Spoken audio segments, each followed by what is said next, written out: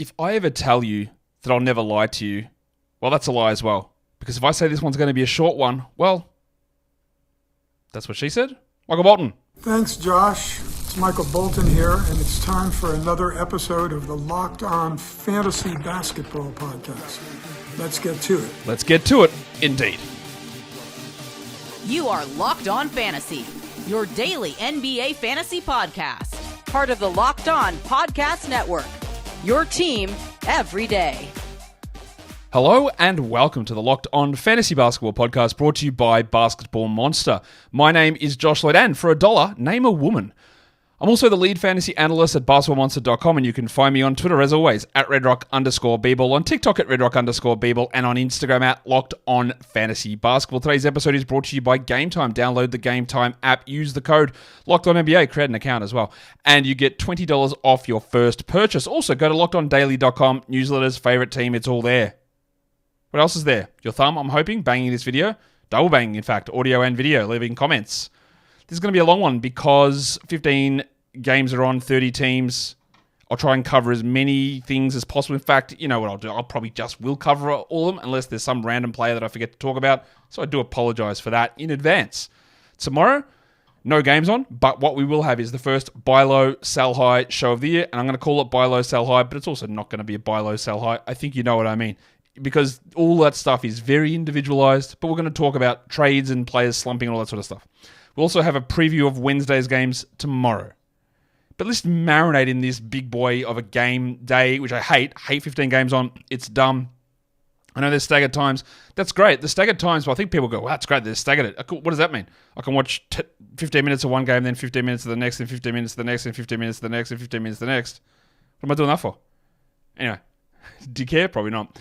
Let's talk about the stuff we need to talk about. Actually, we'll just quickly get into just discussing some waiver wire moves that happened over the last 24 hours, where the trends were heading and what sort of information we can get out of that. The most added players were both in Houston, Tyrese and Amen Thompson, and that is one of those ones where they've got the intriguing fantasy skill set. You're chasing a big performance from the last time out, and we will talk about it now. Of course, they didn't come... maybe they did, I don't know. They didn't start in this game for the Rockets. We didn't think that they would necessarily. We'll talk about how the production went. Keldon Johnson's one of the most added players, and for that, I have absolutely no idea. That makes no sense at all. What are we doing? No. Toumani Camara, next one there. Fine, but what? That shouldn't be a priority. The next guy probably should have been Bub Carrington, who is looking really good. And I do think he should be on 12s. And the last guy there is Odosumu, and that makes a lot of sense given that Zach LaVine was ruled out. But a lot of those ads were before LaVine was out, but LaVine's questionable tag meant that Bub had more... Io had more appeal, and that is a very, very strong move. Adding an Io or a Bub makes way more sense than Keldon Johnson or Toumani Camara. The guys that were dropped, Mr. Black. Because, he moved to the bench. He started off the bench again today. I get it. Zaire Williams. Absolutely no reason for Zaire to be held in 12-team leagues. Zach Ricochet. You probably wouldn't have started him today. He's totally fine. They've got every bloke in the world injured. But he's not the highest priority guy. Kevin Huerter, ill, not good. Kentavious Caldwell-Pope, he is the Orlando Kevin Huerter, not worth a hold. And Wendell Carter Jr., injured, don't know when he comes back. I've got no problem with moving on from Wendell if that is the direction you want it to go, because, again, we just do not know when the man will return, unfortunately. We've got so many games, man. There's so many games to talk about, so we're going to get into them right now. The first one of those is the Milwaukee Bucks up against the Cleveland Cavaliers, a game which we saw happen the other day. And, similar result. 116 Cleveland, 114 Milwaukee. Let's talk about the Bucks. They were without Giannis, who's dealing with this adductor issue. They've got a back-to-back later this week, which is definitely a problem. It's just another core injury. I did the injury report show earlier today, and there are so many adductor, oblique, hamstring's not really core, but it's somewhat connected through the back. A lot of that happening. And I'm not one of their team's fitness trainers or anything like that, but there might be reasons for that. Lillard, 36 with 7 assists is great, but what we saw is huge minutes from Punch Bob. Bobby Portis played 39 minutes. He had 21 and 18 with 3 blocks, which is a year's worth of supply for Portis. But we've seen what's been happening with him. In the games that he comes off the bench, he's very much useless. He's fine, but he's not a high upside player. And then in games where someone gets hurt, he is a guy that could put up really big numbers. And then that calculation just comes down to how many games do you think Giannis misses? Because that's where Portis becomes a guy that might be awesome. It might be a guy that really elevates you, or might be just sitting at the back of your roster being annoying the whole way through. And how you want to approach that, it just sort of, I guess, depends on the way that you want to play fantasy basketball, really. Brook Lopez played 36. He had 13 and 6. He had 4 steals, which is unbelievable for Brook with 2 blocks. It's a pretty good game there. The big performance, I guess, here is AJ Green. And it's mainly because there are 2 players who are starting who are bad and like continue to be bad, and we jack those guys just out of the NBA, really. Get that garbage out of here. Gary Trent and Taurean Prince, who got benched in this one, 21 minutes for Trenner and 15 minutes for Prince. So AJ Green went off. 34 minutes, 21 points, 7 threes. 79% shooting. Now, Doc Rivers is definitely not someone who ever chases performances that are happening right now. He doesn't do anything like that ever. Shout out to GM Doc Rivers. But I think it helps Green a lot that Trent and Prince are permanently cold. That's not fair, actually. Prince hit his only shot and Trent shot 14%. But also that every one of Green's shots were going in, and then Middleton and Giannis were both out. So this is great, and Green probably should have been playing a larger role all season, but I'm not going to get overly invested in this sort of performance. Andre Jackson Jr. is the other guy who got a bump. He had 7 points with 2 threes. He had a block. But again, this is the deepest of deep league sort of stuff. And again, just in case you were wondering what you need to do with Gary Trent, just in case. Get that garbage out of here. Yeah, man, can't believe they got him on a minimum. Well, unbelievable. Darius Garland, 35 minutes, 39, 8 assists, 7 threes, 68% shooting. Indulge me for a moment, would you? I'm not telling you that I thought that Garland was going to be this level of player. I'm not. Like, I was drafting him in like the 50s or 60s. But what I am using this is as a huge example of something that I talk about a lot. Maybe I need to come up with a name for it. The 1 year memory hole. It's like, I don't know about Garland, mate. How's he going to do it with Mitchell? Yeah, probably needs one of Donovan Mitchell. Well, he needs to be traded to get the numbers there. Now, bro, we actually saw it like 2 years ago with Mitchell, and I detailed this a million times. They played with Mitchell 2 years ago, and he was fine. Last year he struggled, but he's done it before. And so it's like Franz Wagner in the shooting. I wonder if he's ever going to learn to shoot. Well, he did, like for 2 straight years. But because it happened last season, that's all anyone cares about. Same with Garland, who's awesome at the moment. Don Mitchell, not as awesome. 14, 4, and 4 with 2 steals. I was not as interested in drafting Don Mitchell this season, largely because I thought that we get more from Garland, but I also thought that we'd get the minutes reduced. And we did. They don't need to play him that much. They're still good. 31 minutes here, 14, 4, and 4, 2 steals, shot poorly. He just didn't have it. Sam Merrill did. 27 minutes for him, 12 points with 2 threes. But Merrill's minutes largely came here, A, because he shot well, but there was no Strus, and then Dean Wade was out, and then Karis LeVert was out. So it's a lot of guys playing the same position who all had to vacate proceedings to get that out of Merrill. So don't react. Jarrett Allen had 14 and 15. Unbelievably good game. 6 assists with 2 steals, and Evan Mobley had 17, 5, and 3 with 3 blocks. All of these guys are producing really well. Just that if you took Mitchell in round 1, God forbid, but if you took him in round 1 or round 2, you're probably a little bit disappointed, and I think you're pretty happy with everybody else. Isaac Okoro is the one who got the start. I'm just checking. You know what? I checked. I didn't put it over. I didn't just flip the box score, but we're doing it now. Isaac Okoro started with Dean Wade out. And, like, he's Isaac Okoro, man. 5 points, 1 steal, 40% shooting. Like, he's Isaac Okoro. I don't know what more there is with this guy. Like, he's never going to be a very good player, I don't think. He can fill in and defend well, but, like, this doesn't really mean anything for us from a fantasy point of view.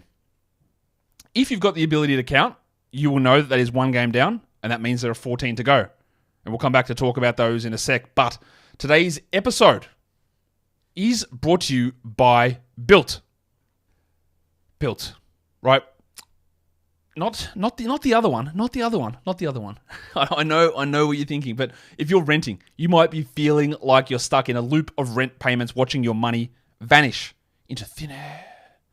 It's time to turn that rent game around and start earning some serious rewards, and that is where Built Rewards come in. Built is breaking ground as a neighborhood rewards program. It hooks you up with points on your rent, and every month you pay your rent and you watch the Built points roll in. Use points to jet off to a dream vacation. Put the points towards a flight or a hotel stay with 500 plus airlines and 700,000 plus hotels and properties. You can also use your points to book in fitness studio classes. You can redeem them towards a future rent payment. It's all designed to meet your lifestyle. So pay rent hassle-free through the Built Rewards app. Your rent game just got a major upgrade. Built points have been consistently ranked the highest value point currency by the Points Guy, who's that guy, and Bankrate. Earn points by paying rent right now when you go to joinbuilt.com/lockedonnba. That is joinbuilt.com/lockedonnba. Make sure to use our URL so they know that we sent you. Joinbuilt.com/lockedonnba to start earning points with your rent payments today. Today's episode is also brought to you by the Game Time app. Tickets. Yeah. Events, sports, comedy, theatre, musicals, whatever. Game Time's going to have them. So you go on there, they've got a new feature. They're always trotting out the new features, these guys. They're like obsessed with features. They're obsessed with bringing you the best value, and that's where Game Time Picks came in. Someone had an idea and went, oh, what about this for a new feature? What it does is it just sorts out the tickets and it shows you the good ones. It shows you the bad ones, but it deprioritizes. It shows you the good ones at the top, so you know where the best value lies. Add that on to the event protection cancellation, the lowest price guarantee, the panoramic views from your seat. And Game Time has got all of this stuff absolutely locked down. In fact, locked on maybe. Take the guesswork out of buying tickets with Game Time and Game Time Picks. Download the Game Time app, create an account, and use the code LOCKEDONNBA for $20 off your first purchase. Terms apply again. Create the account, redeem the code LOCKEDONNBA for $20 off. Download Game Time today. What time is it? Game time. Just if you're doing anything with Built and checking out that website, joinbuilt.com, just be really cautious typing in JOI at the start and see what your browser history just might bring up. Just be really cautious who else is around there. We're talking... Man, we're one game in. I just realized that, Jesus. Let's go on to the next one. We are talking about our one of our favourite teams and players in the league. It is, of course, old mate Jordan Poole up against his former squad, the Golden State Warriors. The Warriors win it on the road, 125-112. Steph Curry returned. That meant that Brandon Pajemski moved to the bench. We'll talk about that in a sec. Curry only played 24 minutes. They were limiting him to smaller stints. He started the second half on the bench and Pod started and then he was sick. 24, 3 and 6 for Curry. Like, that's all good. He's back and ready to go. I will maintain that Buddy Hield, and I'm sure he's going to feature on the Buy Low, Sell High show tomorrow because I just don't see this. Right? He was good. Again, 28 minutes, 20 points, 2 steals, 1 block. That is really good. There's one thing we know we get from Hield. It's steals and blocks all the time. That is just something that he does non-stop. Remember, he is shooting 50% on threes, 54% on twos, which 54% on twos is actually something he can do. He's just not going to have the ability to shoot this well. He's also at a 27 usage. You know what his usage was the last 3 years? 19, 21, 21. He's getting a lot of shots. Maybe it stays high. That is possible. But there's no way the efficiency holds. And we also saw he was playing 14 minutes a night when the team was healthy. And they're not. Granted, for now, you write it. Maybe I was just way wrong on this, but there are a lot of indicators to me that suggest a big crash is coming for Budrick. If Trace Jackson-Davis plays 23 or not, we're good. 12, 6, and 3 with a block. Unfortunately, he doesn't. He did here. That's great. But it's so hard to rely upon that, which is great in a 14-team league. You get enough production out of him to be useful. Otherwise, not really. It's sort of up and down. It's hit or miss. Speaking of hit or miss, Andrew Wiggins and John Kuminga. Wigo played 18 minutes. He does have a back issue, but he shot horribly, 11%, 5 points with 2 blocks. While Kuminga, 25 minutes, 15 and 6. And we need to start having a real Jack conversation about the depositor because these numbers are nowhere near good enough. What is he ranked in points leagues? 137th? Like, cool. Is he a top 200 player in category leagues? Not really. And when someone like Melton comes back, like if this is Kuminga getting 25 a night, I'm sorry, that's not enough. I will probably hold for now, and I'll do the same with Wiggins, and I'll also do the same with Pajemski. But like we've said all along with this team, there is not enough. There's not enough to go around to have everyone be consistent. Jackson Davis, Hield, Kuminga, Wiggins, Pajemski, Hield. There's not enough. And then out of nowhere, Steve Kerr decides, Gary Payton's the starter. Oh, cool. All right. 6 points in 16 minutes for him. We're obviously not adding him, but just another layer of nonsense to throw on top of this. If I saw your roster and Hield was on it, or Pajemski was on it, or Kuminga, or Wiggins, I'd go, okay, that's cool. But I don't feel any level of confidence in one of them breaking away and playing 30 plus a night. At this point, I don't. And I think you'll see that up and down, that consistent fluctuation in the numbers they put up. I just think that's going to be the case, honestly, as we move forward, unless long-term injuries strike and cause more problems. For the Wizards, where should we start? Should we start with the GOAT, Jordan Poole? 34 minutes, 24 points, 2 threes, 3 steals, 4 blocks. Didn't shoot well, 40% from the field. This is the clearest sell high of all time. I like Jordan Poole. I targeted him again, despite vitriol. Yeah, you told us last year, mate. You're going to do it again. Lol, sleeper. Yep. All right, I did it again.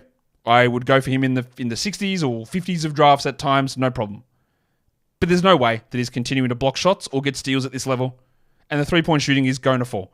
I'm very comfortable with his role. I'm more comfortable with his usage, but it is not holding as a top 10 player. It just isn't.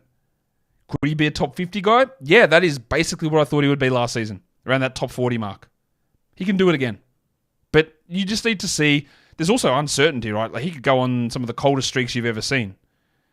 So you've always just got to be aware or open to the possibility that someone gives you something good. They might not. In fact, they probably don't. But you just never know. You just never know with someone like that, or with the way that people can be quite reactive, I guess, to short-term production and wanting to make sure they get the guy that's a must-have or whatever it is. There are possibilities of being able to do that. It's not always, but it is possible. Some other really interesting performances from the Wizards. We'll go to another rookie, and that's Bub, or not another, but he's the only rookie I've talked about so far, Bub Carrington. 33 minutes, 16, 8, and 7, and shot really well. Now, I don't believe that 58% shooting's got really any hope of holding at that level, but the minutes are really strong. I love what he's doing. I think we just have to have him, and we'll see what happens later on. There's going to be slumps for sure, but he looks really good. And the other one to pay attention to a little bit here is Keyshawn George, who played 38 minutes. 20 points with 6 threes and 4 assists. Now, he's not going to do this all the time. I think we're well aware of that. But while Kuzma is out, they're prioritizing him over Corey Kispert because he's already better than him. And if he gets minutes like this, that's enough. Definite 14-team grab, 12 streamable. As for Kispert, he had 4 points in 29 minutes, while the inevitable cool-off for Bilal Coulibaly happened. 39 minutes, 9 points, 27% shooting. And we knew it. Like I talked at length about this, about he will not shoot this well. It will not happen. Let me 100% guarantee you. The more concerning part here is that the usage went down to under 16%. That's the concerning part. Because he was rolling at a really high usage rate. He didn't supplement it with assists or defensive stats here. It was just a bad game.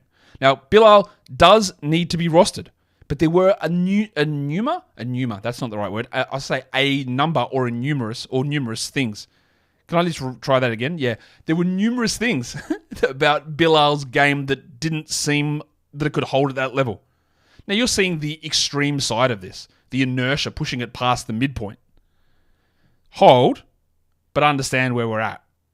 Alex Sarr, 10-11, 3 blocks, still under-rostered. Yeah, shooting numbers horrid. Just a clear must-roster player, though.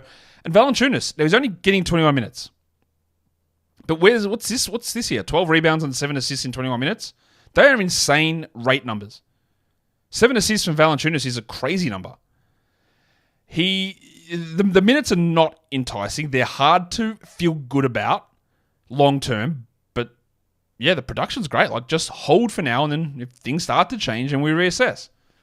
Not sure there's much else going on in this game that needs our full attention, and that's okay as well.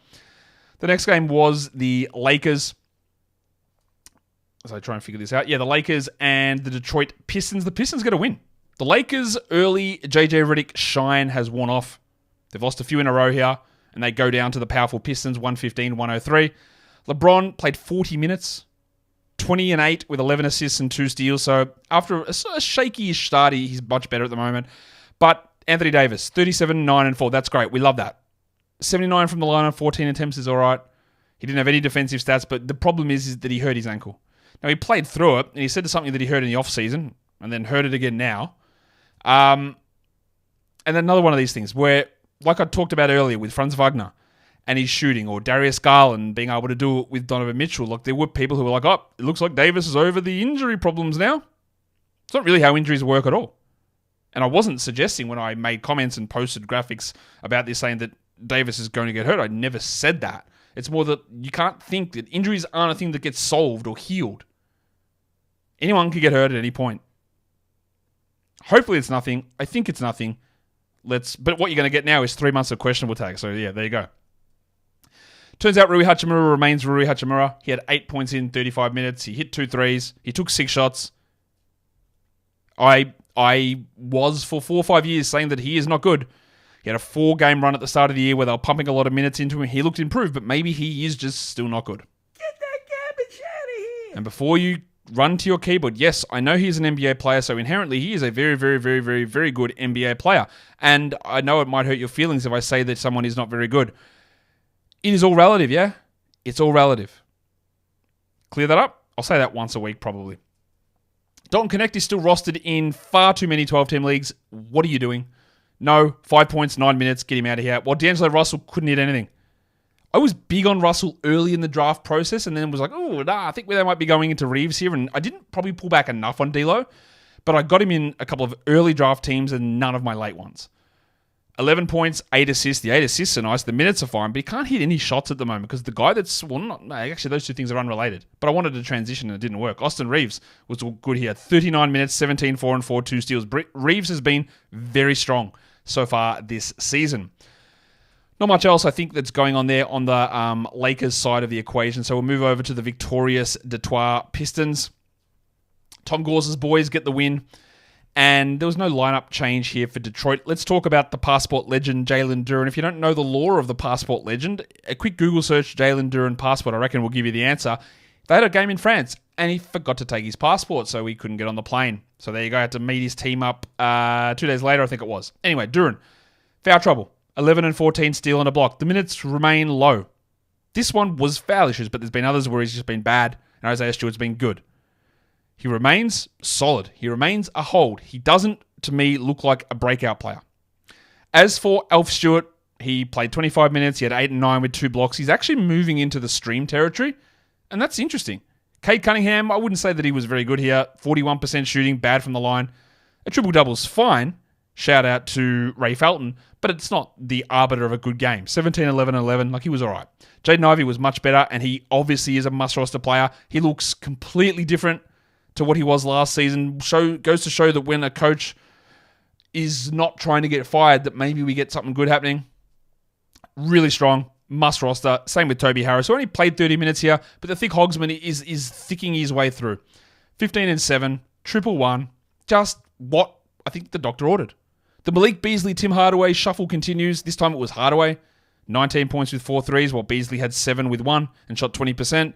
If you are able to peg these guys, well, that's your own business. But if you're able to sort of figure out what they're going to do on a nightly basis, well, I think you might make millions of dollars. You probably won't. I don't imagine places are paying out props on Tim Hardaway over under threes, but maybe they are. But it's all over the shop. It's one of them. They're going to be on the court. They provide spacing. It's part of why I have some concerns about Asar Thompson, because these guys sort of need to play. And Asar, I'm not really sure what's going to happen when he's back or how many minutes he's going to get. Yada, yada, yada.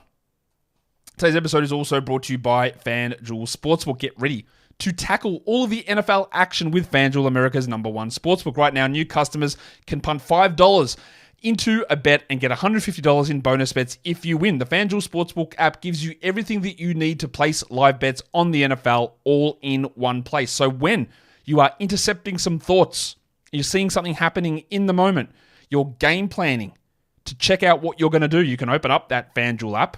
You can find the open receiver, which is the play-by-play or the live stats, and you can see it all in one place instead of having to throw yourself all over the place into those different apps and spots and getting yourself all confused and blitzed in the process. Get started with $150 in bonus bets if you win your first $5 bet.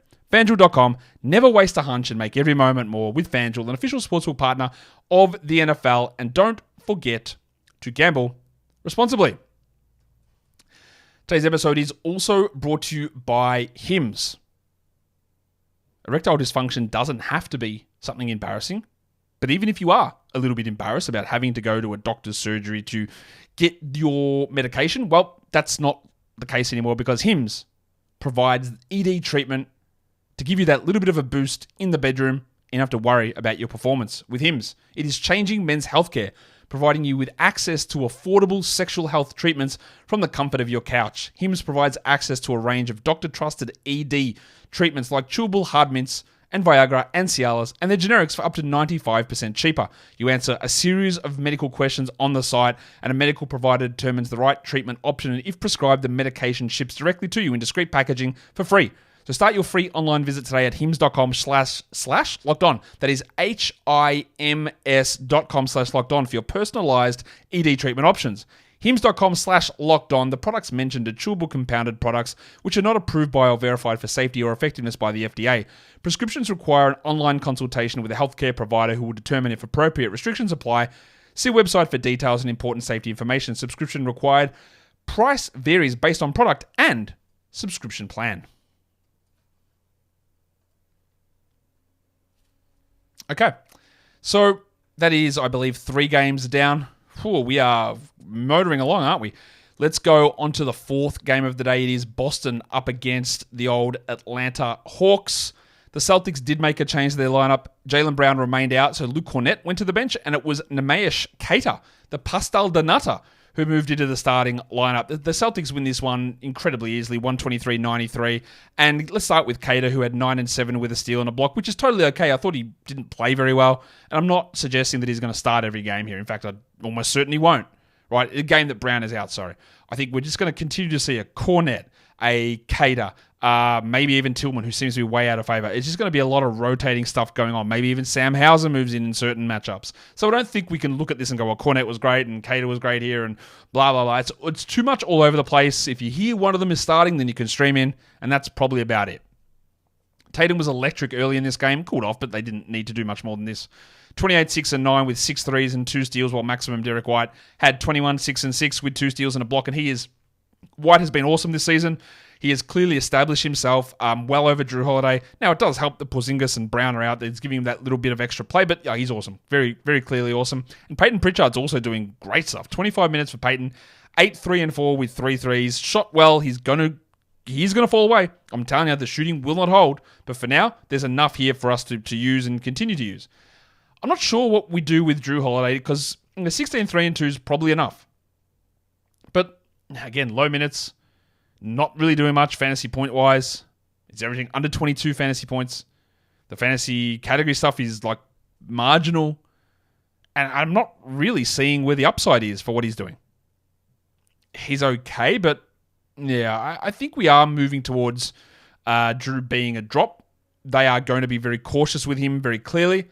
And that is one of those things where it's going to be a lot of fluctuation in overall production. The Atlanta team ran out the same lineup that we got last game, and that's with everyone out. And then we got something else happening, Trae Young. They said it's a rib sprain. I don't imagine this is a too serious injury, but if he is out, their point guard depth is it's Keaton Wallace. Who's that, you might ask? It's Kayson's brother. He's a two-way guy, a rookie this season. He played 21 minutes here. Keaton, he had 6 points with 4 steals and 2 blocks, which is good. But he won't have to play 30 minutes. Like, you could say Dyson Daniels is the point guard, but they don't really want him doing that. He will have to do it somewhat. And that means more for Garrison Matthews. It means more for Dyson. It means more for Keaton. But I also don't think that Trae is going to sit. But we'll find out. Clint Capella only 17 minutes. Just a bad game here for a lot of the starters, honestly. Dyson played only the 24. It was a back-to-back in his return from an injury, so I'm going to guess part of that is there. He is a clear hold. Do not drop Dyson Daniels, even though the production has fallen away. And Garrison Matthews, he's a 3-streamer when the opportunities arise, and they could definitely be arising here. What about number 1 overall pick legend Zach Ricochet? 30 minutes, almost led the team. He had 15 points. He shot 40%. He had no defensive stats, which had been way up in the earlier games. To me, he is okay to have now, and that is as full-throated of a recommendation I can give. Like, he is okay. And then when Bogdanovic or Hunter or Bufkin or Krejci return, he won't be okay. He probably just won't be able to do enough. Interestingly, after playing good minutes last game, Larry Nance got 0 in this game because Okongwu was back. And really, they don't want to play Nance at the 4. And after some panics, Okongwu had a big game, 18 and 10, no defensive stats, but it's just enough to sort of ease some of the tension. It feels like it is just going to be a continual, annoying situation with the Capella and the Okongwu minutes and the split. And yeah, I think it's going to be relatively frustrating for a long period of time. But hey, it's only been 5 years of frustration. I'm sure we can deal with another one. No, we really can't actually. But it is going to be annoying. I am very, very confident of that. The Memphis Grizzlies go down to the Brooklyn Nets. Yeah, you read that right. 106-104, the final score here in this one. And let's talk about it. Let's talk about Zach Edey, because this is always going to happen. When someone like me has an opinion, and I say it continually, there's always going to be people who want to jump on and give their counter opinion. You were wrong on Edey. Like, I wasn't, but I'm also not right because it's 7 games in. And this is what I mean by the highlight reel bias. Zach Edey was awesome. Like, the numbers and the production here for Edey, fantastic. Right, there is nobody denying that 25 and 12 with 4 blocks isn't great. It is. He shot 92%, also like a fake number that's not having any reality of sticking. Against a Nets team that played 27 minutes of Nick Claxton and no other center. No one. No other center available. No Dayron, no Clowney. Simmons was out. No other centers. So he picked on like people that are my height. That's what happened. And part of my thing against it, like, that's really good from Zach. Fantastic. Awesome. His last 3 games, he had 10 and 10, 10 and 8, 13 and 2, then 6 and 5, and 7 and 1. Okay? Like, this game's really good. Does it mean that he is good now? Absolutely not. Does it mean he is destined to be bad? Also, absolutely not. The last 3 games' minutes have been very encouraging from Edey. I don't know how confident I feel like, and the Grizzlies also, 1 million players injured. So all that stuff is going to have an impact. It is a positive sign. They still lost, but it is a positive sign that he's able to do this. But it doesn't solve the argument, or it doesn't determine the future one way or the other. Santi Aldama, like, again, you could tell me that Santi's trash after this game, or someone will come and tell me that he was great after another game. This is what he is. He's an up and down player. Aldama had 9 and 6 on 33% shooting, which is bad.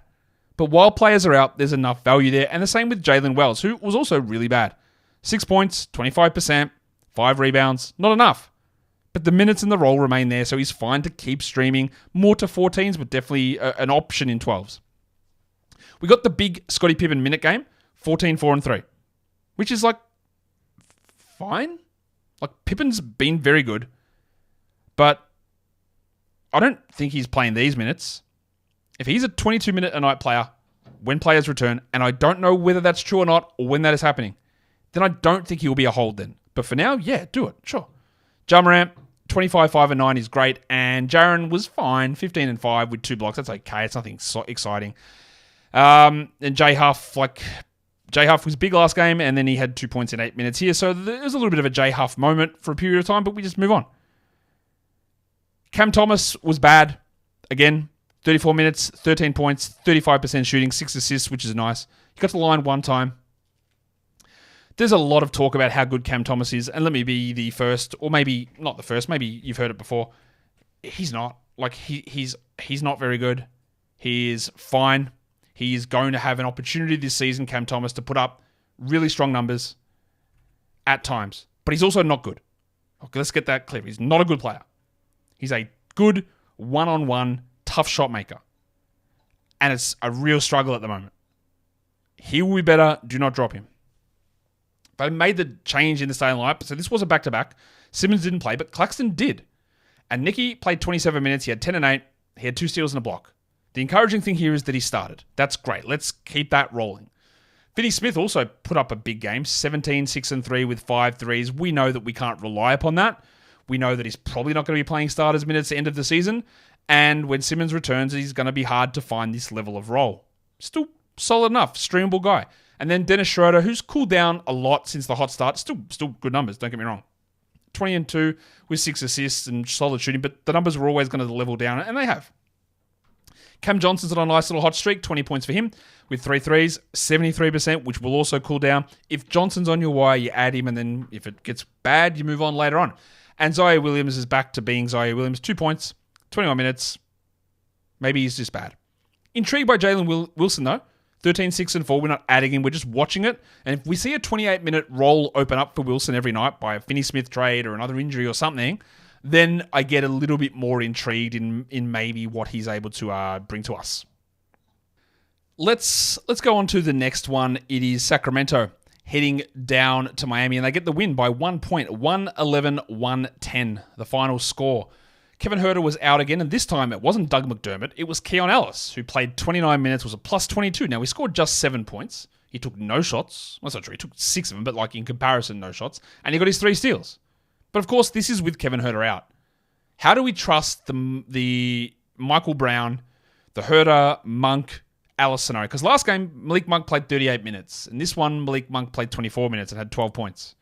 And Ellis played 28, and he was a DMP 3 games ago. We have years now, 3 years of evidence of Mike Brown with this one position just rotating and just changing up and down every game. Like, this is what happens continually. Huerter might come back, and then I don't know if they'll start him. I don't know why they ever started him. It made no sense.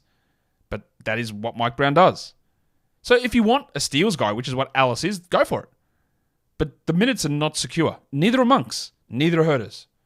What is secure is that Sabonis, DeRozan, and Fox put up good numbers. Sabonis played 38 minutes, got whacked in the face. Just, again, huge playing time. 16, 16, and 7 for Domas. DeRozan had 26, 3, and 6 with 2 blocks. Wow, getting 2 blocks out of DeRozan's huge.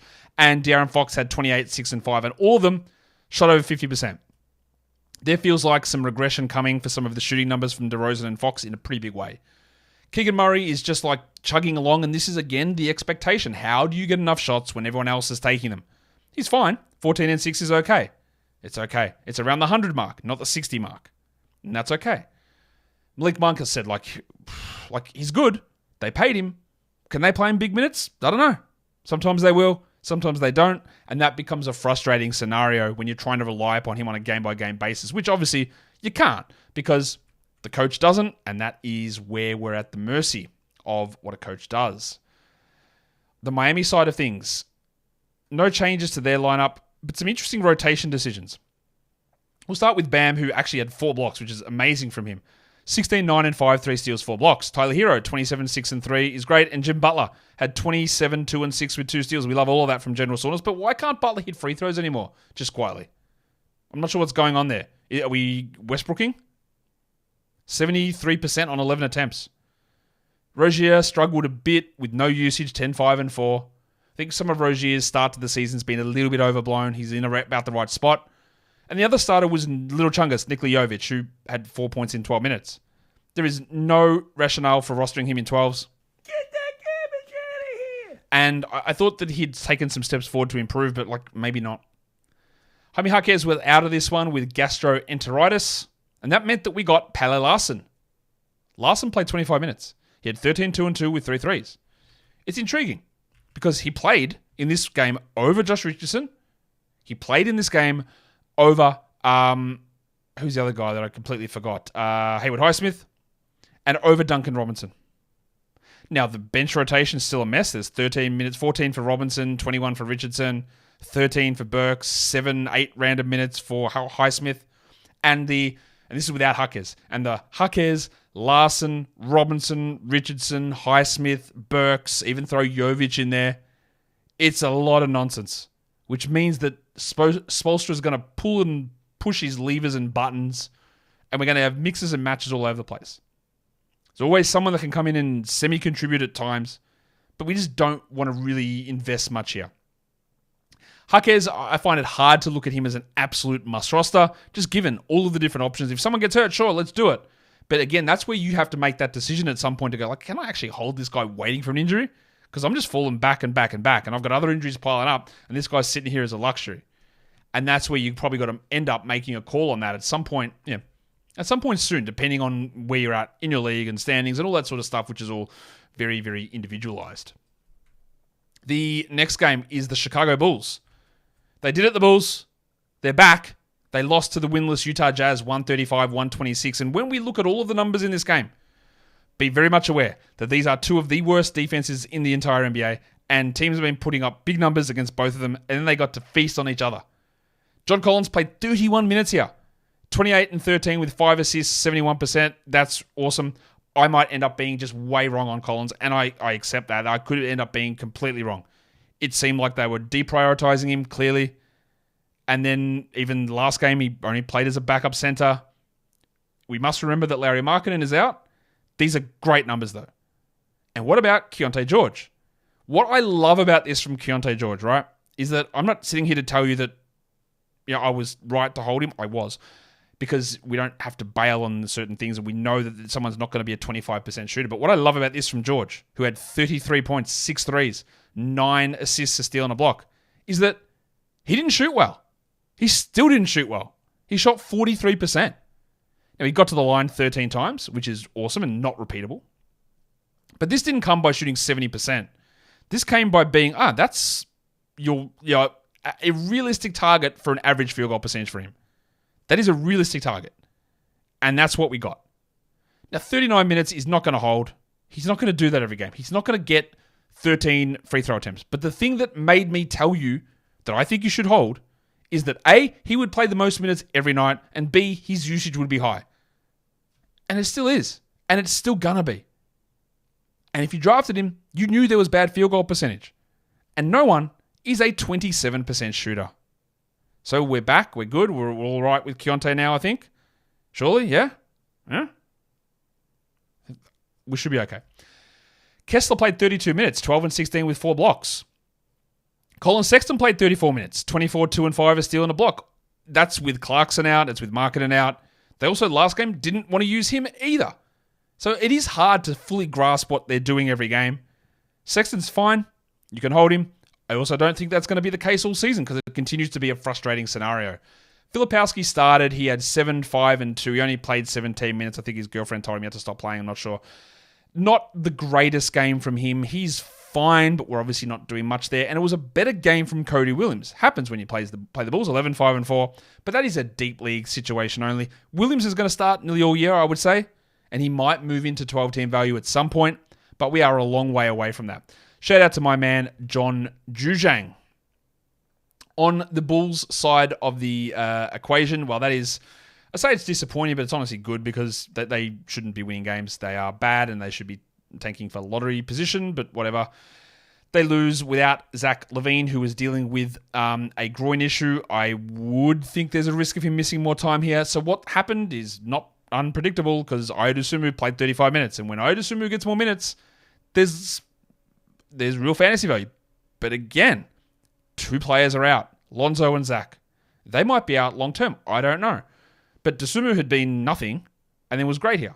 25, 6, and 5 is an awesome game. Josh Giddey, 15, 2, and 7 is fine without being great. And Kobe White had 28, 4, and 6. Again, really good stuff with really good shooting against a putrid team, mind you, in the game with no LaVine.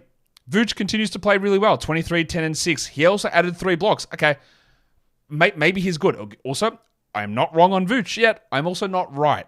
I was right last year when I said he was bad. Maybe he has turned the corner and he is now good. I still think we are in line for a unbelievably gigantic regression coming because there's some of the shooting stuff that Vooch is doing which just isn't rooted in reality at all. Like, it's not, and I'll tell you why, because he's shooting 49% on his threes after he shot 29% last season. He's also shooting, over his last 3 games, 66% on 2s and 58% for the season. And last season, he was 55 from 2. Right? None of that stuff is real. Like, it just is not going to hold. His usage is actually down this season, which is sort of what I thought would happen. Because DeRozan gone, LaVine replaces him, plus the addition of Giddey. I thought his usage would drop. But he's also blocking more shots, and he's hitting every shot in the world. He's also a 97% free throw shooter, which is 16 percentage points higher than where he was last season. Not 16, I lied. My bad. 14. So, yeah, there are going to be some pretty big drop-offs. But for now, he looks awesome. He looks awesome. What else? There's your problem. No wonder you lost. Taylor Horton-Tucker played 28 minutes. Wow, sorry for burying the lead here. 10, 6, and 4 for THT in 28 minutes. And if there's a man that knows how to lose a game, it's Taylor Horton-Tucker. And Dalen Terry had 18 minutes. But it's good that you can only get 4 minutes for Matas Buzelis, who, again, is another emblematic representation of how bad this draft class is. The fact that I don't play him is insane to me. What does Horton-Tucker do to these coaches that makes them think that he's good? What is it? Can someone please explain that to me? Because I've got no idea. All right, we do the next one now. The New York Knicks went to take on the Houston Rockets. The Knicks, no change to their starting lineup, and they got beaten 109-97. We take a look at the Knicks side of things. OG Anunoby was really good here. He's had some obviously very quiet games, but the last two have been sensationally good. 21 points in 40 minutes, 5 threes, 2 blocks, 1 steal. The minutes, man. 42 minutes for Jalen Brunson, 29, 3 and 8. Again, not efficient, but getting some better numbers in there. And Towns had 17 and 19 with a block. Josh Hart was serviceable, 12, 4 and 7. Mikal Bridges was worse than he's been, but fine still, 15, 3 and 0. And this is just how this Knicks team is going to be. It's Tom Thibodeau. He won't use anything more than, not anything more. He will use everyone as much as possible. Tyler Kolek played 6 minutes with campaign out, and Juice McBride went scoreless. He had 2 steals and a block. I thought Juice might have been an interesting stream guy, but obviously not. Juice is just a deeper league play, not a standard league guy. And Sims had 0 points in 16 minutes. They are stars and scrubs. And maybe part of the problem is the stars aren't as starry as they think they are. For the Rockets, a couple of disappointing ones from Alperen Şengün, so he just drops a 25, 14, and 5 with 4 blocks game. Hits all his free throws and goes 73% from the field and is going to be in contention for monstrous line of the night. And also, the buy lows on Fred VanVleet. Hope you didn't panic. 19, 2 and 5, 2 steals, a block, 62%. Now, much like he won't be a 20% shooter, he won't be a 60% shooter. I'm still a little bit annoyed the assists aren't high enough. But yeah, we're all right. Yeah, we're gonna be all right. We're gonna calm down. We're gonna be good. Jalen Green, not good, but serviceable. 15 points, 4 rebounds, and 3 assists for Greeny. As I realize again that I didn't switch the lineup over. Sorry, guys. There's just so much going on today that sometimes I'm going to just miss what I'm doing. I apologize for that. Green, that's 2 stinkers in a row from him after that red-hot start. He has cooled off in a massive way to turn more into Jalen Green. We also had Dylan Brooks get into some foul trouble here, so he only played 31 minutes. So what does that mean? Well, there were 2 things that happened. He got into foul trouble, Jabari Smith got benched, and we still only got 25 minutes out of Tari Eason, 7 and 5 with a block. What this is good to see with Eason is it just shows that, again, what happened 2 games ago was not real. He's still useful enough, but there is no changing of the guard into big minutes because Brooks got in foul trouble, Smith got benched, and Eason played still 25 minutes and scored 7 points. The guy that did really step up was 33 minutes for his excellency, Amen Thompson. He still only had 12 and 9. He hit both his free throws, which is a little fluky.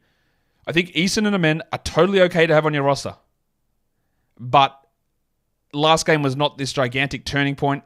This game is interesting to see the way that Udoka is pulling things and pushing things.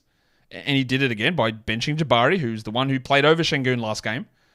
And Dylan Brooks being in foul trouble. I think that, and look, even Jalen Green's minutes are down because he's not playing well. We saw this last season. Green got benched a lot. So Green could get benched. Şengün could get benched. Brooks, maybe not. Jabari can get benched. Eason can play more. He can do nothing. He can do a lot of things. It's going to be a continual back and forward, up and down scenario. And I'm not sure how many of these guys really secure themselves in the role we want. It is encouraging for Şengün and VanVleet. The minutes for Amen are great.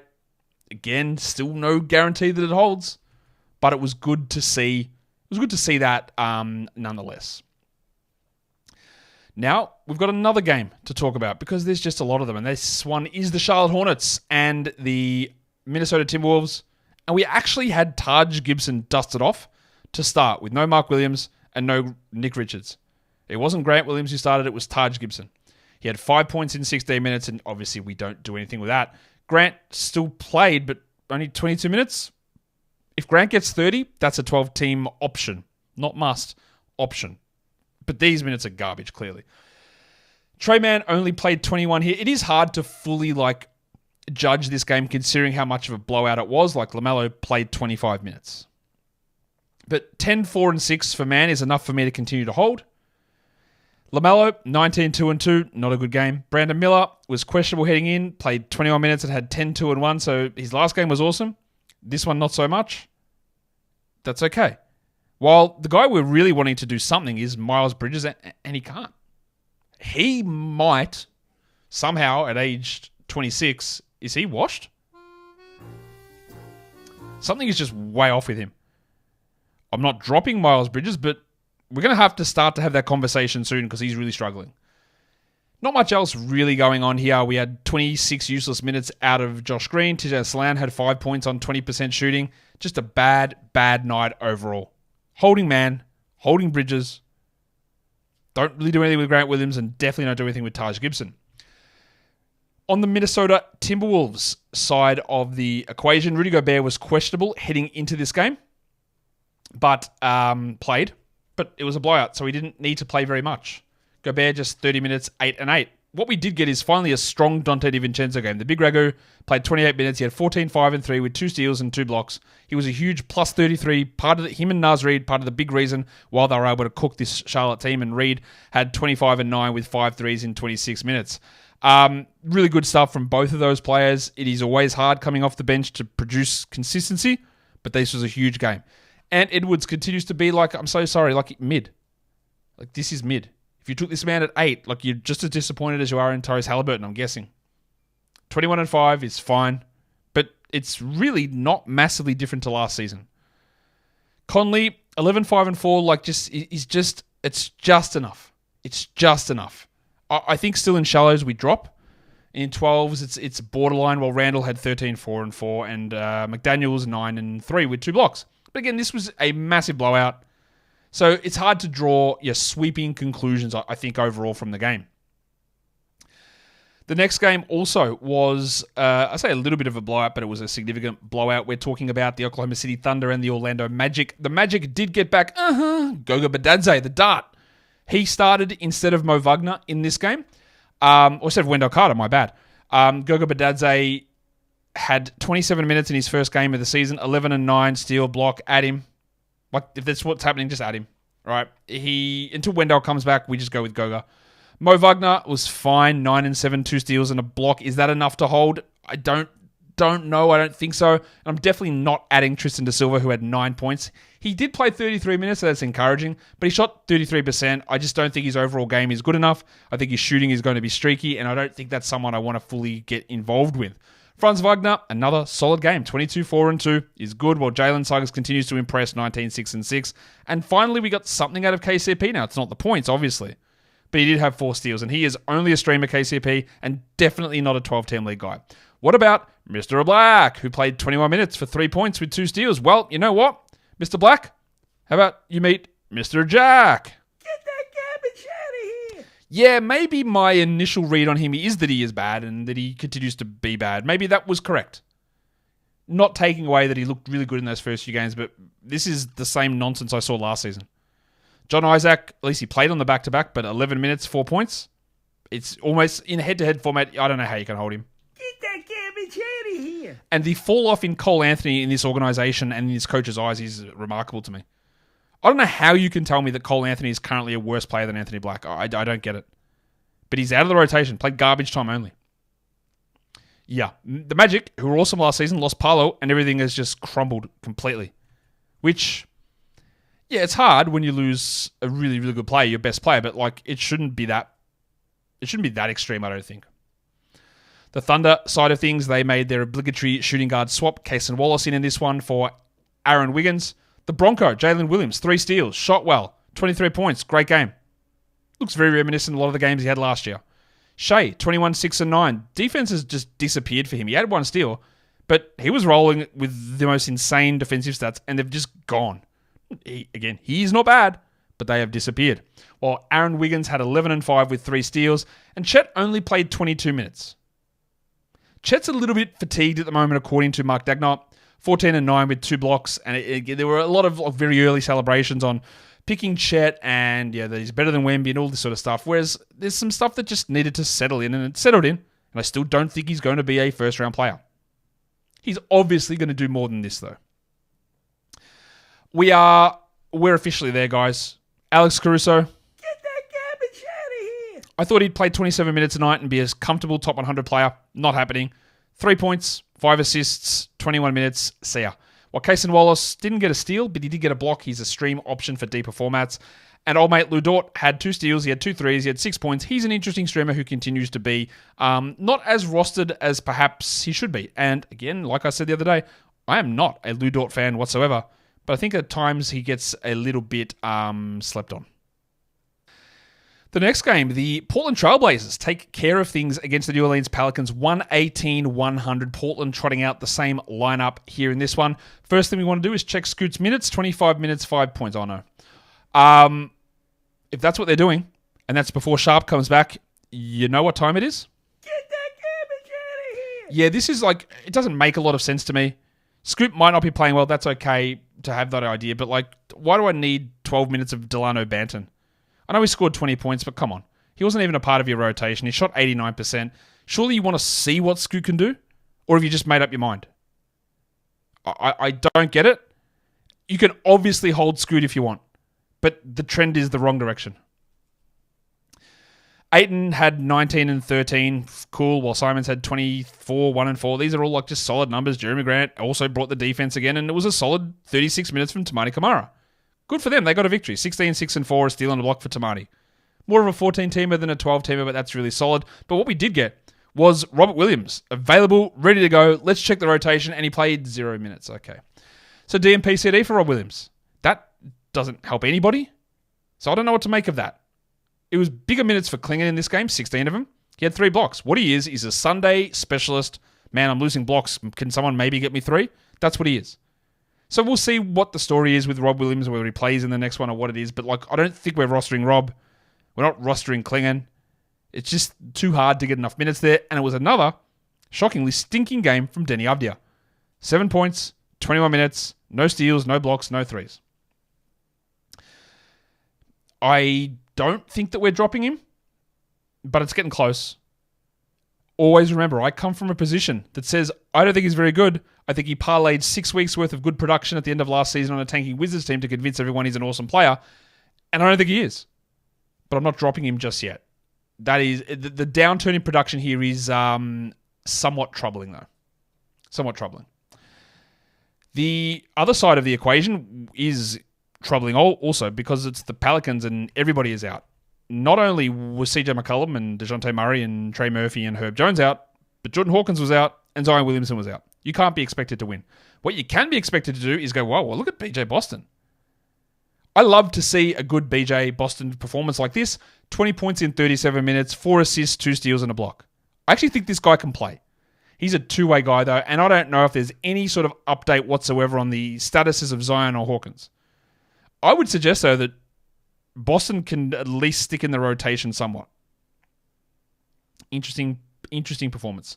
The other man who started in this game, and that was a change, we saw BJ Boston start for Jordan Hawkins, and then Jeremiah Robinson-Earl replaced Javonte Green. Robinson-Earl played 34 minutes, he had 12 and 5 with a steal. I'd be much more interested in Boston than I am in Robinson-Earl, but that's good enough. Yves Missi. I think he might be mid, guys. 4 and 7, 27 minutes. No blocks. And I actually think that the fit for him is horrible when players return. It's horrible. It's okay to have him. But, actually, that's not true. In a points league, don't worry. Get that garbage out of here. In a category league, sure, but none of the numbers should tell you he's good because he's not. And I think he might develop into something, but yeah, I don't know. I feel like there's maybe a little bit overboardness with him. Jose Alvarado's a must-roster player. 18, 1 and 6. Didn't shoot well at all, so it could have been way better. And Ingram's trying to carry the load here as best he can. 27, 5 and 7. With not much more. But the team is beat up. We had Jalen Noel. Did you know he played for this team? He was signed about 3 days ago. He had 11 points in 23 minutes with 2 threes. And even like a 30-team league, maybe one looks there. But BJ Boston is a clear... That's the story to me from the Pelicans. It's that BJ Boston's good. And Missy is overrated. But BJ, who doesn't believe this? Who doesn't believe that BJ is good? Thoughts? As we get ready for the next game, I'm joined here by Obi. He's got his face here on camera asking me to do something with him instead of doing work, but that's okay. Andy Nembhard moved in to start for the Pacers with Aaron Nesmith out. Ben Mathurin kept his position, and the Pacers get the big win over the Dallas Mavericks. 134-127 is the final score here in this one. Oh, we've been waiting for it, haven't we? We've been waiting for the Pacers. We've been waiting for old mate Tyrese Haliburton to do something, and we finally got it. We finally got a good game, and that should make us feel more secure. Haliburton, 36 minutes, 25, 4 and 12, 2 steals and a block, shot 63%. We're good now, yeah? Now, once you get one of those big games, you feel just more secure about it becoming more of the regular thing. And Miles Turner played 33 minutes and had 13-11 with 5 threes. There are no backups on this team, so he's going to have to do a lot. Because their other backup center is Obi Toppin, who's not a center, and Jarris Walker, who I think they just think sucks. And it's Enrique Freeman, who is a 6'6" two-way guy who they didn't play. So a bit of small ball is going to have to happen. And this is an interesting team to play small ball against because they do it as well. And then they also lost Derek Lively in this one, Dallas. Haliburton, 25, 5, I've talked about that already. Siakam, 23, 6 and 4. And Tim McConnell, 12 and 3 with a steal and a block. That's a really good game from TJ, but I don't think we need to react to that too much. The Ben Mathurin stuff. Remember last game, a lot of hype about that. Well, look, 16, 7 and 3 is fine. He only attempted 3 free throws. He could have been much better. I think while Neesmith is out, he's okay when you're looking for points and free throw percentage. And Nembhard still did nothing. 11, 3 and 3. It's been a really disappointing year from Nembhard. He's dealing with a knee problem, but he played 29 minutes. And I just don't think you need to care in a 12-team league. As for Toppin, is 11, 6 and 2 in 24 minutes going to do it? Maybe. Like, it's okay. But again, this is a backup we are talking about. He is not moving into a starting role. He's getting back up 4 and 5 minutes. He's better than Jarris Walker, unbelievably somehow. But he also has significant limitations. So he's okay to have, but he is a back-end roster guy. And realistically, like that's about it. Like he's a back-end roster player. I don't see much more than that. The Dallas side of things, intriguing because I said the lineup didn't change. It did change. My bad. There was an update to their lineup. It didn't change. What am I talking about? Their starting lineup was the same. What did happen was Derek Lively was ruled out with a shoulder issue before the game, so they didn't really go with any other center. It was Gafford, and then he sucked. He played 15 minutes and had 8 and 4. I've already got the questions about whether we drop Gafford, and if you're in a points league, like that's okay. Get that garbage out of here. He's never been a good points league player, so you can drop him. In a category league, I would 100% hold. We also got, I don't know. I'm sure no one here believes any different, but this is PJ Washington, yeah? 8 points, 27%. He had 3 blocks, but no assists, no threes, no steals. We know what the man is. He's up and down. He's hot and cold. In fact, he's sometimes maybe good and sometimes maybe shit. That's who he is. We know this. Najee Marshall started the second half at center, played 34 minutes, had 20 and 5 with 6 assists. That is huge. He shot 89%, which is not real. And if Lively remains out, it's interesting. But I also think there's a bit of that, like you're playing against the Pacers who are going small as well. So I'm not sure that's an every night thing. Positive news for Luka Doncic. He hit his free throws. Didn't hit his field goals, but hit his free throws. 34, 7 and 15, while Kyrie had 27, 5 and 4. What about Klay? This is much better from Klay. 34 minutes, 16 points, but unfortunately there's not much else, is there? He hit 4 threes, cool, no worries, all good. But 2 rebounds, 3 assists, no defensive stats. Looking more like a 3 sort of stream guy to me. I did say there was no other center. That's not true. Dwight Powell, 7 trillion. So if you care about getting 7 trillions, maybe you do that. I don't think you need to do anything with Najee Marshall. I think you can drop Gafford in points. You hold him and PJ in category leagues. And it was just good to see Luka hit some free throws again. Good stuff.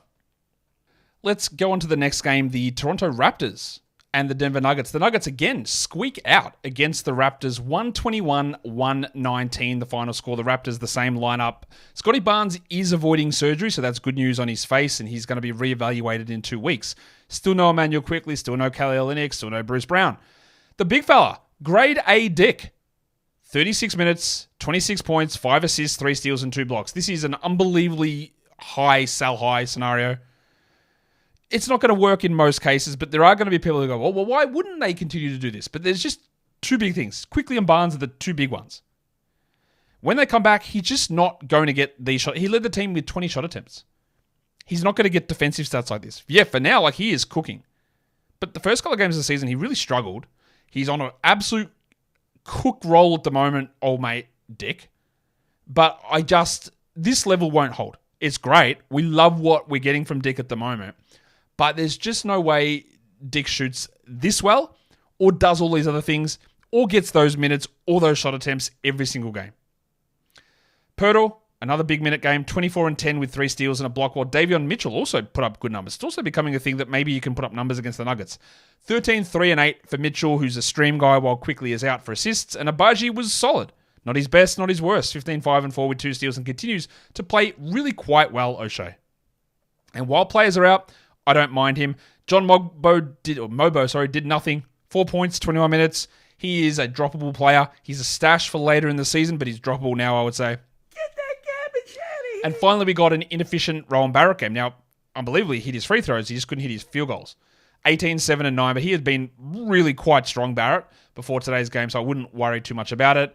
And yeah, that's probably about it. If anyone thought that we're getting some Chris Boucher stuff, you might want to check in on just who Chris Boucher is, because he's not that guy, pal. He's not that guy. The other side of things, the Denver Nuggets. No Jamal Murray still, as he's dealing with a concussion, and it sounds like he will miss the next game as well. And then Aaron Gordon came into this game probable, and he left with a calf strain. I would think that that's going to cost him some time. Peyton Watson would be the immediate add there. 31 minutes, 16 and 3, 2 steals, 2 blocks. I don't know how long Gordon misses, but if he misses 2 weeks, Watson is a clear add. Jokic, 28, 14, 14, 2 steals, 2 blocks, big numbers, huge. Westbrook actually hit shots unbelievably. He didn't even hurt you in either percentage. That is like I don't know what song that was. I think it was a hybrid, but I was trying to do Celebrate Good Times, and I don't think it started right, but we're there. 21, 6 and 6, 60%, 80% field line, unbelievable. Ride the counting stats out while Murray's out, and then move on after that. Michael Porter had 19 and 9, while Christian Brown continued to be solid. This was definitely not his best, 17 and 4. Continues to shoot at an incredible clip, 64%, but we are seeing some of the concerns in terms of where the usage sits. It's pulling back down. He's still been really good, but he is now outside the top 100 over his last 5 games. Gordon played the 4 minutes. Like, we just hold to wait and see, but obviously not encouraging. Still no Šarić minutes at all. And we got a pretty good game from Julian Strawther. 13 points in 26 minutes. Remember, Strawther killed the preseason. He was dominating. Not adding him outside of like the deepest, not even the deepest, but like 16 teamers. But it's interesting to watch how they fill this in. I think it'll be Watson very clearly because he defends and he can protect the rim. But yeah, like just a few little things to watch there with the Strawther dynamic and how much he plays, and then where Brown fits and how that all sort of develops over the next however long Aaron Gordon may be sidelined. All right, let's do the next game. The Philadelphia 76ers against the Phoenix Suns. Paul George returned, and that meant that Kyle Lowry moved to the bench. The Suns win at 118-116, the final score here. We'll start just by taking a look at the Sixers side of things. Tyrese Maxey, 41 minutes, 31, 6 threes, a steal and a block, and was efficient. But how did Paul George go? Not so well. 15, 5 and 4, 32 minutes, which is probably more than I expected, and just didn't shoot well. Do not panic. He's not going to be a 29% shooter. We've gone over this with every other player. That's okay. Caleb Martin still got 39 minutes and scored 5 points and had 10 rebounds and 5 assists, but I don't think that he's a 12-team league hold here. While Andre Drummond played 15 minutes, 8 and 5, 3 steals. I'm doing it. He's done. Get that garbage out of here. Also, Kelly Oubre, 11 points, 32 minutes. Get that garbage out of here. What we got was big minutes from Kyle Lowry and Gershon Yabusele. Yabusele had 19 and 7 with 6 assists and 5 threes. That's a really good game. That's a deeper league stuff only. Well, Kyle Lowry has been sort of chugging along at a 12-team level somehow. And he did it again. 13, 2 and 7, steal block. He's definitely on the stream radar, Lowry, but not much more than that. But it's been really impressive. Eric Gordon is, though, I'm so sorry, Mr. Gordon. You are done. He looks so bad. And Jared McCain, who was getting really good minutes, was taken out of the rotation. So I wanted to see where they were going with that. I thought, oh, that's interesting. Nah, he's done. Like, okay, that's what we're doing, is it, Nurse? Get back to your self-branded hats, I guess. The other side of the coin, we're going to be talking about the Phoenix Suns. And should we start with my man, Jusuf Nurkic? That seems like a pretty good place to start. Why did that not work? My little lineup thing didn't work. I'll have to figure that out. Oh, that's why. There we go. The Suns, same lineup. Nothing changed there. Bradley Beal did play. Nurkic played 28 minutes, had 15, 2 steals and a block. And now what do I do with this? Because this is what I sort of expected. That's also 2 back-to-back games with 15 rebounds. And they were just going small and small and small in every other game. So, yeah, like, you hold now. But bloody hell. Durant is playing a million minutes. I don't know what is happening with Budenholzer, why he has gone away from his ideas, but 39 minutes for Durant. He was really good, 35 points and shot 70%. He had 6 assists and a block, but I thought they would reduce his minutes. I was worried that Durant's assists and his free throws dropped last season, and then Tyus Jones coming in would impact that. I think at the moment I've gotten that wrong, like really wrong. I remain incredibly worried about this minutes load on Durant. That was one of my key things as well. I was like, I don't think he's playing 75 games at 38 minutes. Well, the minutes are staying there, and I don't know why, but they are. I remain a bit worried about it. It's good that Beal is playing, but it looks like it's going to be an ongoing problem. 17, 5, and 3, 2 steals is fine. While Booker, 17% is yuck, clearly. 13, 3, and 6. Grayson Allen's minutes pushed up to 24 of them. That's not enough for me. He needs 30 minutes to be a 12-team league guy, so I don't think that he's a grab there. And then Ryan Dunn played 10 minutes. It's always good to see a little flash in the pan from someone like that when Beal is out, but as a long-term thing, we're not doing it. And Royce O'Neal was back to being solid. 15 and 5, steal, block, totally okay in 12s. The upside is limited, but that's enough to be somewhat useful. The Cockroach played 14 minutes, Mason Plumlee, as they decided that no, Nurkic is the actual answer this time.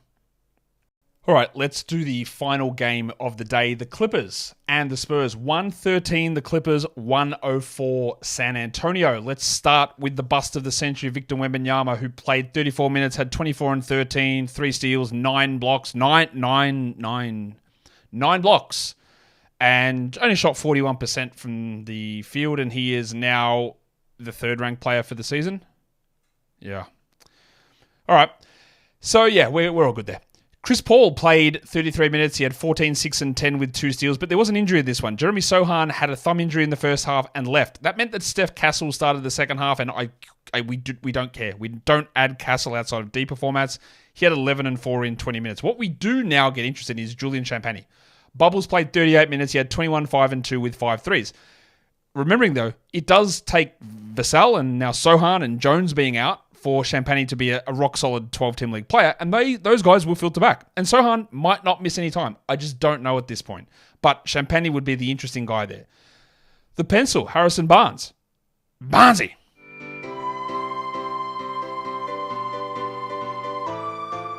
He had 4 points, while the horsecock Keldon Johnson had 10 and 5 in his 28 minutes. Branham Malaka had 7 points in his 18 minutes. On to the Clippers side of the equation. This was in the Intuit Dome. The next game for the Clippers, by the way, is up against Paul George and the Philadelphia 76ers. We'll see how the revenge goes in that one.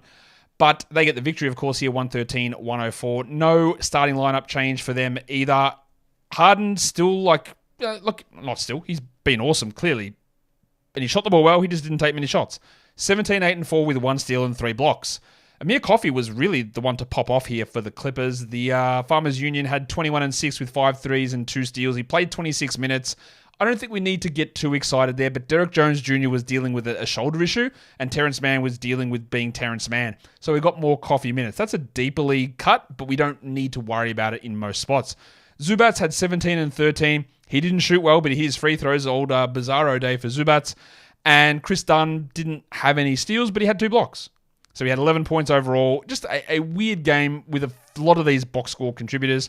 Another really strong Norm Powell game. And in this one, he actually added 3 steals. Powell's game is all usage, though. So if Kawhi returns, that's when Powell will drop off. But you know what? Might not ever happen. Literally might not ever happen. It probably will, but also might not. So this has been an absolutely ridiculously monster-sized show. So I just need to get this show out. So I'm not going to go and produce all the stuff for the monstrous line of the night, but I will tell you who it was. It's Wembanyama. So he's also the young gun of the night as well. And your waiver wire line of the night was Amir Coffey for that huge performance at the end of the day. We don't have to do anything with that, though. If I'm going to find the dud of the night, I'm just going to scroll through quickly and tell you that. Well, it's I won't give it to Trae Young or Aaron Gordon because they're both left injured early. Let's go with Malik Monk. No, actually, that's not. Let's go with Capella, 2 and 5. rough night for him. So we are going to just wrap it up there because that is just a lot of stuff to go through. Tomorrow there are no games on. If you're in the States, that is because there's an election on. Go do your voting if that's what you need to do. We don't have the options over here. It is not elective. It is compulsory for us here. So, yeah. Don't get a sausage though, do you? Suck on that. Thumb it up, comments, all that stuff down below. Guys, we are done here. Finally. Thank you so much for listening, everyone. See ya.